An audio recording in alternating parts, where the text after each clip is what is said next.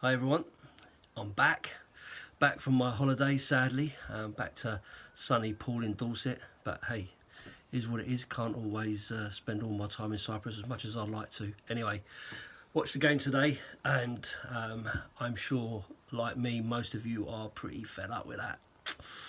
So the first question I guess to ask is, are you surprised? I know you're disappointed, because I'm disappointed, but are you surprised at that result? Because being honest, I'm not. I'm not surprised. Yes, top of the league, no goals scored against us, all that kind of hype. But let's face it, right? Whilst we haven't had any goals scored against us, we've only scored 3, right? So that tells me that there is a bit of a problem in terms of creativity in the team, because we've still got one of the best goal scorers in the country, right? So so for me, I find it strange for us to kind of get any kind of heads up, like, you know, we're doing really well, you know, and all of the only team unbeaten, blah blah blah. I didn't feel that was really a true reflection. It's 3 games, and you know, we were lucky to be where we are. Defensively, we looked fairly solid. We've been fairly solid in the games that I've watched, but going forward and creatively, we've been really poor. Add to that the curse of the Manager of the Month award, and you kind of he's kind of written in the stars for me. As soon as I saw that Nuno had won it, I thought, oh, here we go. That's going to mean we get a turn out a bad result. But to be fair, you know, I don't think you can take anything away from Palace today. I thought they played really well. Their passion and their and their drive and their closing down was exceptional. And I guess, had it not been for the fact that they were poor in finishing, that game could have looked a lot worse. A couple of really good saves, one by Hugo and one off the line by Reggie, kept us in the game early on. And but there were plenty of opportunities for Palace, and they could have really punished us if our defence hadn't been as solid as it has been. And I think you've got to give it credit to be fair.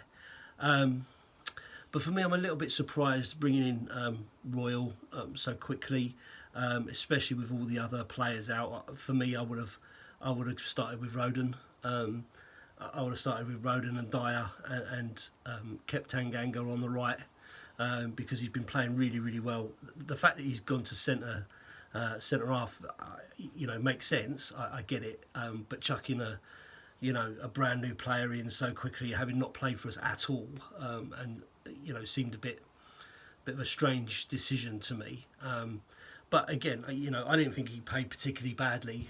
I thought he was fairly solid in that. I would have liked to have seen him getting up the pitch and provided some sort of some attacks, but sadly that wasn't to be. And when you're when you're playing against Wilf Zaha, you can see he was right up for the game today, and I think he really wanted to show Royale and Tanganga what he was about, and I think he did today.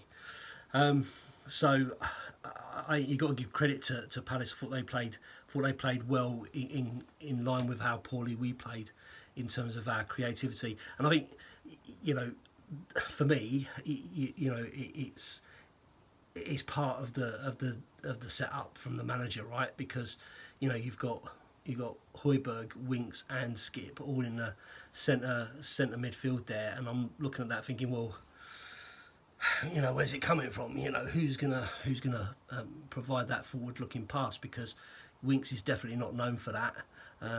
Skip is coming back; he was injured, so maybe carrying a bit of a knock as well. And Højbjerg is defensive. So for me, I was kind of like, this is a right defensive setup, and how are we going to link in with Harry? You know, how's he going to get anything? And if that's just coming from, you know, Dele and Lucas from wide positions, then that's going to be quite difficult, you know. So, and I think it also says an awful lot when you've gone 1-0 down and you're still not looking at your most expensive player to come on and do something special to prove himself. And I know, you know, not a lot of people have got a lot of time for Ndombele, but for me personally, I think he's a, you know, a really skillful and talented individual. His biggest problem is his work rate and his effort. But surely once you go 1-0 down, you know, I get it up until you're 1-0 down, you're holding your shape, you're maybe hanging on for a 0-0. But when you're 1-0 down and you're losing the game, surely you've got to do something. You've got to, you know, and the fact that he didn't do anything worries me, you know, when you've got that talent. I mean, we've also got this Brian Hill as well, who didn't get on the pitch, and I'm kind of scratching my head saying, you know, you need something, you need some creativity somewhere along the line, otherwise we are definitely going to lose, you know, because they've already scored a penalty against you, which, you know, again, harsh. Maybe it's harsh, I don't know, but you know, you've seen them given, you know, and if you're in the penalty area and your arm comes out, you know, it's dot on the card that you're going to get it against you. Tanganga, let's talk about the Tanganga incident, or incidents. I get it. I think it's fair. I think the sending off's fair. If I'm being sort of trying to be, you know, honest and, you know, not controversial, not trying to just sort of blame, you know. I think, you know, he's gone into Zaha, who, you know, is going to go down. He's going to make a fuss. You know, he's going to try and win something for it in the same way that you would expect Harry Kane to do that, or Dele, or Moore, or whatever. So I don't think you can say, oh, he went down easy or any of that. It was a strong challenge. Put him down. I think the reaction from Zaha was over the top in terms of him going back at Tanganga, and then I think his immaturity and inexperience then leads him to get into an argument with him. You know, he's put his arms around him, he's holding his hands down and everything. And to be fair, Zaha did go towards the face, and he clearly thought a bit more of it. He, you know, must have come to his senses, because he kind of pulled it away. So I don't think he should have been sent off either at that point. And I think, you know, handbags all kicking off and all the rest of it. But it never stopped after that. You could see that Wilf was in his ear, you know, giving him stuff. There was a point where I laughed to myself because I saw Tanganga call him a pussy hole, which I thought was hilarious. And had he not got sent off, would have been my moment of the match, to be honest with you, because I thought it was great to see. But yeah, and then, you know, he'd done some great blocks, and he's run out. He's done a great block, and he's run out, and he's just lunged. And to be fair, it did look to me, when you slow it down, it did look to me like he was trying to pull his leg out or whatever, and he didn't catch the player and that. But when you're that close to the ref and you've just been booked, you know, you're not giving yourself a lot of leeway there. And you know, and I think he's wound up, he's hyped up, he's just made a great tackle. He thinks he can get to the ball, so he's dived in, and you know, and then he's got himself sent off. And it was always going to be a challenge after that. You know, if you go down to 10 men, especially when you're being pummeled constantly, because we're set up so defensively that it just invites that constant wave after wave of pressure, and eventually it's gonna snap. You know, we made a few changes there with Dyer going off.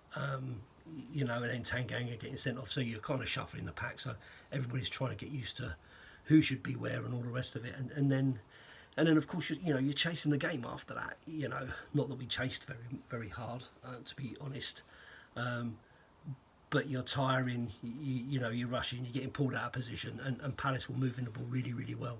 So for me, I don't think we can complain about the result. I think you know, the young guy Edouard, whatever his name is, I thought he took his chances really, really well, and fair play to him. You know, there's nothing you can do about it. I think that, you know, defensively, I thought that we played fairly well in patches, but there is a massive issue with his creativity and the lack of link between the striker and the centre of the park. You know, and I'm sure we've just not found the answer to it. And I get it, you know, we've got players who are suspended and all that other crap that goes with it. But you know, there's nothing there that's really giving me any kind of idea for where we're going forward. So, and Kane seems really off the pace as well. Again, whether he's carrying a knock, I don't know. You know, coming back off of international duty, you know, which I don't know, they call that out a lot, but it's such a you know, weak argument in my view. You know, let's face it. You know, my boy flew back from Cyprus yesterday. He arrived today. He's out to work today. You know, so if he can get up and go off and do his manual labour, I'm sure some fancy footballers who are flying everywhere first class and getting pampered can turn up and play a football match. But you know, it is what it is, I guess. So yeah, disappointed with the result. Disappointed with the performance. Not surprised by it. Though. And I guess the other thing that I really did want to call out is the atmosphere. I thought the Palace fans were fantastic.